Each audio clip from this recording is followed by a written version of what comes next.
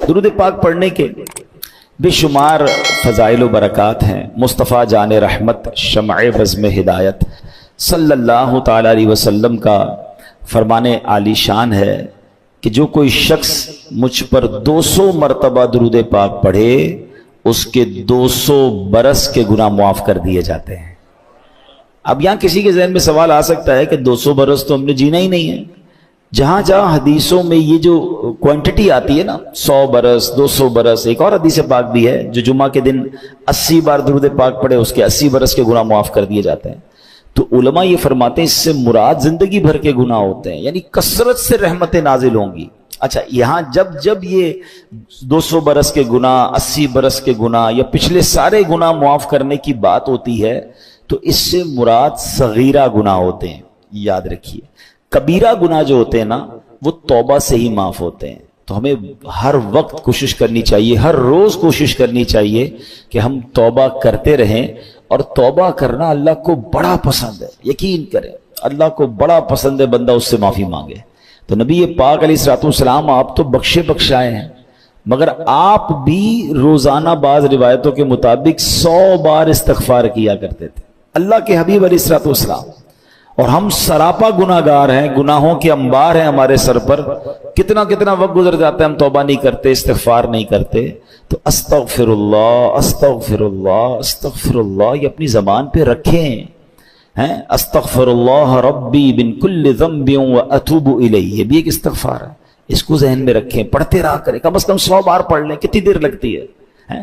بلکہ مزہ پتہ کیا ہے، استغفار کرتے وقت اپنے ذہن میں اس کا معنی بھی رکھیں نا۔ معافی مانگنے والا ہنستے ہوئے معافی نہیں مانگتا۔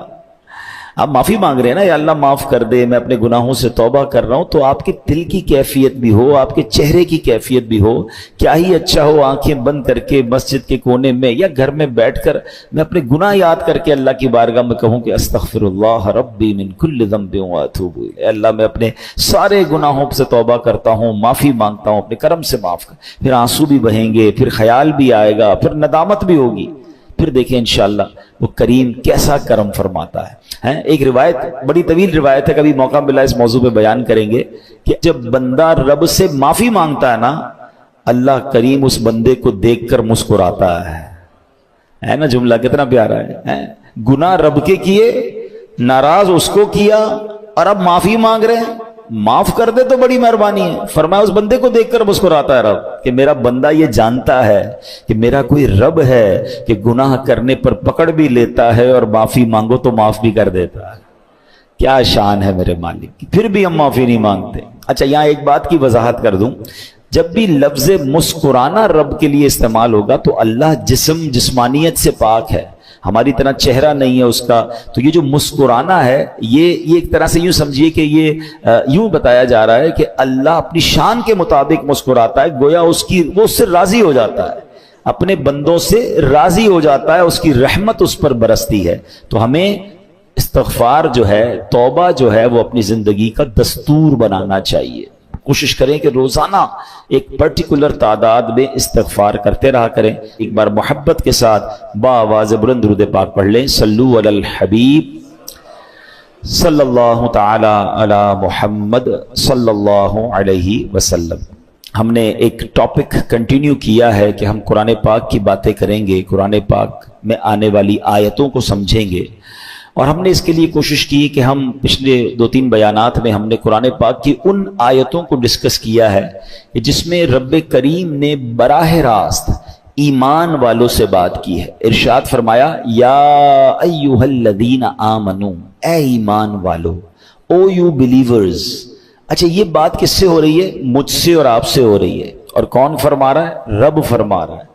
اللہ ہم سے بات کرے تو ہمیں پتہ تو ہونا چاہیے ہم سے کیا بات کی ہے، دنیا کا میسج مس نہ ہو جائے اس کی پرواہ، اللہ کا پیغام میرے لیے کیا ہے اس کی کوئی پرواہ نہیں ہوگی۔ تو ویسے تو ہمیں الگ سے ٹائم نکال کر یہ ساری آیتیں پڑھ لینی چاہیے۔ یہ 89 کے قریب آیتیں ہیں پورے قرآن میں جہاں اللہ نے مومنوں سے ڈائریکٹ بات کی ہے، یا ایھا الذین آمنو کہہ کر، اے ایمان والو کہہ کر، ٹھیک ہے۔ تو آج اسی میں سے ایک آیت انشاءاللہ ہم سمجھتے ہیں۔ اللہ کریم نے ارشاد فرمایا، یہ ہے پارہ نمبر 2 سورہ بقرہ آیت نمبر 172۔ ہم ایک سیکوینس کے ساتھ سیکھنے کی کوشش کر رہے ہیں. پہلی 2 آیتیں ہم نے کور کر لی تھی, آج تیسری آیت ہے, اور اسی ترتیب سے ہے کہ جس طرح قرآن میں پہلے پارے دوسرے پارے اس طرح ہم اس کو لے کر چل رہے ہیں. تو آج جو آیت ہے اس میں رب فرماتا ہے یا ایھا الذین آمنوا کلوا من طیبات ما رزقناکم واشکروا للہ ان کنتم ایاہ تعبدون. ترجمہ, آسان ترجمہ قرآن کنز العرفان. اے ایمان والو, ہماری دی ہوئی ستھری چیزیں کھاؤ اور اللہ کا شکر ادا کرو اگر تم اسی کی عبادت کرتے ہو. کیا خوبصورت آیت ہے. یعنی اس آیت میں ہمیں 2 چیزوں کی گائیڈ لائن دی گئی ہے. کھانا کیا ہے؟ صاف ستھری حلال طیب چیزیں, اور پھر فرمایا اور اللہ کا شکر بھی ادا کرو. تو کچھ اس بارے میں سمجھتے ہیں کہ اس میں رب نے کیا فرمایا ہے. اب یہاں پر ارشاد ہوتا ہے اس آیت مبارکہ میں اللہ تعالیٰ نے اہل ایمان کو رزق حلال اور شکر الہی ادا کرنے کا حکم دیا ہے. حلال و طیب کیا چیز ہے؟ اس سے مراد وہ چیز ہے جو خود بھی حلال ہے, جیسے بکرے کا گوشت ہے, سبزی دال جو ہم چیزیں کھاتے ہیں, اور حاصل بھی حلال ذریعے سے کی گئی ہو, جیسے تجارت کے ذریعے ہو, وراثت کے ذریعے ہو, کوئی تحفہ دے, چوری رشوت ڈکیتی وغیرہ نہ ہو. اب یہاں ایک بات یاد آ گئی, سوشل میڈیا پہ ایک پوسٹ کچھ عرصہ پہلے دیکھی کہ ایک بندہ کہتا ہے بیرون ملک میں وہ کوئی گوشت بیچنے والا تھا یا کوئی کھانے کے سامان بیچنے والا تھا, تو وہ کہتا ہے مسلمان جب بھی میرے پاس آتے ہیں وہ یہ ضرور پوچھتے ہیں کہ یہ حلال ہے کہ نہیں. ٹھیک ہے, تو میرا سوال یہ ہے کہ کیا صرف حلال ذبیحہ گوشت کھانا ہی ضروری ہے, یا جس پیسے سے حلال گوشت خرید رہے ہیں وہ پیسہ بھی حلال ہونا چاہیے؟ رشوت سے کما کر, جھوٹ سے کما کر, دھوکے سے کما کر, ڈکیتی اور چوری سے کما کر, اغوا برائے تاوان کر کے اس کا رینسم, اس کا کڈنیپ کے پیسے لے کر اب میں ڈھونڈنے نکلا ہوں کہ مجھے ان پیسوں سے حلال گوشت چاہیے. تو یقیناً گوشت بھی حلال ڈھونڈنا ہے, کھانا بھی حلال ڈھونڈنا ہے, مگر وہ کھانا بھی حلال پیسوں سے ہے. ہم ایک سائیڈ پر تو بڑے مضبوط ہوتے ہیں, معاذ اللہ کسی بھی مسلمان کو کہہ دیں, اب پتہ نہیں کوئی بالکل ہی ایمان سے خالی ہو جائے تو الگ بات ہے, ورنہ کتنا ہی بڑا گناہ گار ہو اس کو کہیں بھائی سور کا گوشت کھلاؤں گا آپ کو, وہ کیا کہے گا؟ نہیں بھائی ہم مسلمان نہیں کھاتے. بہت اچھی بات ہے, ہمارا ایمان اسٹرانگ ہونا چاہیے. کسی بھی ناجائز اور حرام گوشت کو نارملی مسلمان پتہ چل جائے پھر نہیں کھاتے. بہرحال آج کل تو یہ بھی بڑا معاملہ ہے, بولنے کو جی بھی نہیں چاہ رہا کہ یہ بھی احتیاط اب ختم ہوتی جا رہی ہے, خاص طور پہ جو انٹرنیشنل ٹریولرز ہیں. پہلے تو احتیاط کرتے تھے, اب آہستہ آہستہ دیکھ رہے ہیں بس ٹھیک ہے یار چلتا ہے, تھوڑا سا پوچھ لیا حلال لکھا ہوا ہے نا. اب آپ کو کیا بتائیں کہ حلال تو تھیلیوں پہ چھپا ہوا ہوتا ہے, اس میں کچھ بھی بھر دیں آپ. کئی چیزیں ایسی ہیں جس میں حلال لکھا ہوا ہوتا ہے, جس میں حلال لکھنے کی ضرورت ہی نہیں ہے. اب پانی کی بوتل پر حلال لکھا ہوا ہے, چپس کے پیکٹ پہ حلال لکھا ہوا ہے, بسکٹ کے پیکٹ پہ حلال یعنی آپ ذبیحہ والی چیز پر حلال لکھیں. اب تو کیونکہ کچھ جگہوں پر انٹرنیشنل قانون بن گیا ہے کہ حلال کی اسٹیمپ ہوگی تو ہمارے ملک میں آ سکے گا, تو ہر چیز پر حلال لکھ دیا. لیکن اس حلال کے پیچھے وہ حلال ہے کہ نہیں, تھوڑی بہت معلومات تو ہونی چاہیے, تھوڑی بہت تو فکر ہونی چاہیے. کئی ملکوں میں حلال کہہ کر بھی حرام بیچا جا رہا ہوتا ہے, لیکن لوگوں کو فکر نہیں ہے, بس ٹھیک ہے بھوک لگی کھانا کھا لیا. حالانکہ ان کے لیے مشورہ یہ ہے کہ کسی بھی ملک میں جا کر آپ پر مرغی اور یہ گوشت کھانا واجب نہیں ہے. آپ سبزی کھا سکتے ہیں, اللہ نے ہمارے لیے ایک ایسی خوراک رکھی ہے جس کا حلال حرام کا مسئلہ نہیں ہے. ٹھیک ہے نا, آپ جناب اس میں فش کھا سکتے ہیں, لیکن بس شوق بھی بہت ہے اور فکر بھی نہیں کرنی ہے. لیکن قرآن کیا کہتا ہے؟ اے ایمان والو رزق حلال کھانا ہے, صاف ستھری چیزیں کھانی ہے, حلال طیب رزق کھانا ہے.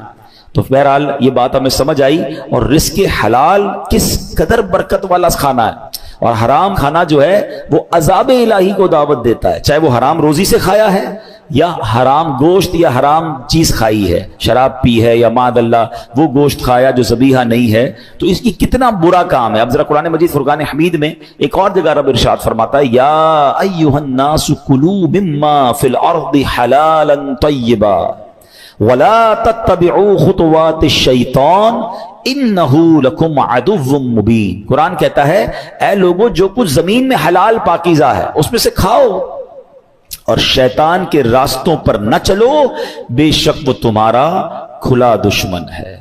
تو یہ بار بار قرآن کہہ رہا ہے حلال کھانا ہے, حلال کھانا ہے. حرام کھانا یہ ساری روحانیت کو برباد کر دیتا ہے. یاد رکھیے جس کے پیٹ میں حرام کا لقمہ جائے نا اس کی دعائیں قبول نہیں ہوتی, اس کی عبادتیں قبول نہیں ہوتی. لیکن لوگوں کو یہ فکر ہی نہیں ہے. اچھا میں دوبارہ وہی بات کروں گا, میرے سامنے جو آڈینس ہے 99.99% لوگ حرام کھانا نہیں کھاتے. کون سا حرام؟ جو پکنے میں حرام ہے یا گوشت حرام ہے. مگر کیا اتنی احتیاط میں اس روزی کمانے میں کر رہا ہوں کہ جس روزی سے، جس پیسے سے میں وہ کھانا خرید رہا ہوں؟ میں خرید تو حلال بکرے کا گوشت رہا ہوں، میں خرید تو حلال سبزی رہا ہوں، میں خرید تو حلال چکن رہا ہوں، مگر جن پیسوں سے خرید رہا ہوں وہ بھی حلال ہونے چاہیے نا، ورنہ تو کھانا پھر حرام ہو گیا، روزی پھر حرام ہو گئی.